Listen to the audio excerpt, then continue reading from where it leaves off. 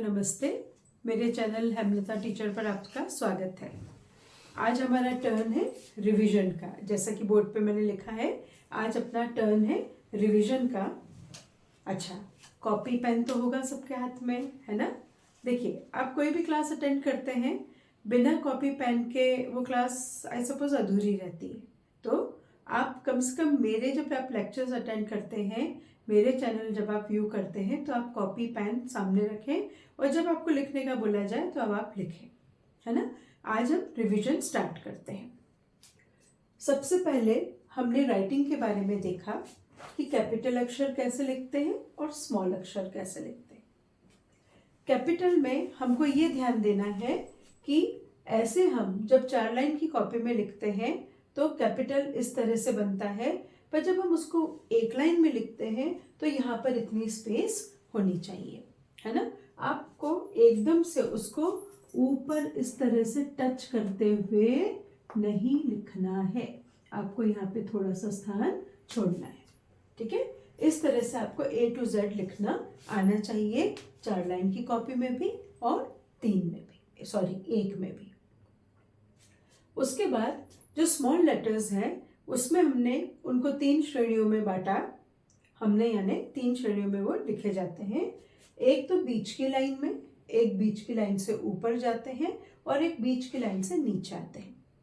इन्हें भी जब हम सिंगल लाइन में लिखते हैं तो हमको ये यहाँ पे इतनी जो स्पेस है वो छूटनी चाहिए, वो ध्यान रखना चाहिए। और ये वाला जो हिस्सा है आपका, ये बिल्कुल एक सा होना चाहिए, जैसे यहाँ पर ये एक सा है। इतनी बातें रिवाइज हुई, आपकी क्लियर हुई। अब आपको ये चीज़ें जो है बार बार जो है आपको रिवाइज करनी है, तब तक करना है जब तक कि आप उसमें बिल्कुल दक्ष नहीं हो जाते।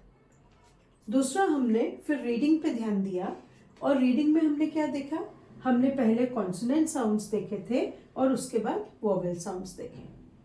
हमने एक मोटे मोटे हमने साउंड्स देखे कि बी से ब की आवाज आती है, सी में क भी था जैसे कैट में, स था जैसे सीज में, और च था जैसे चैट में। अब अगर आप एक वर्ड देखेंगे साइकिल, तो CYCLE,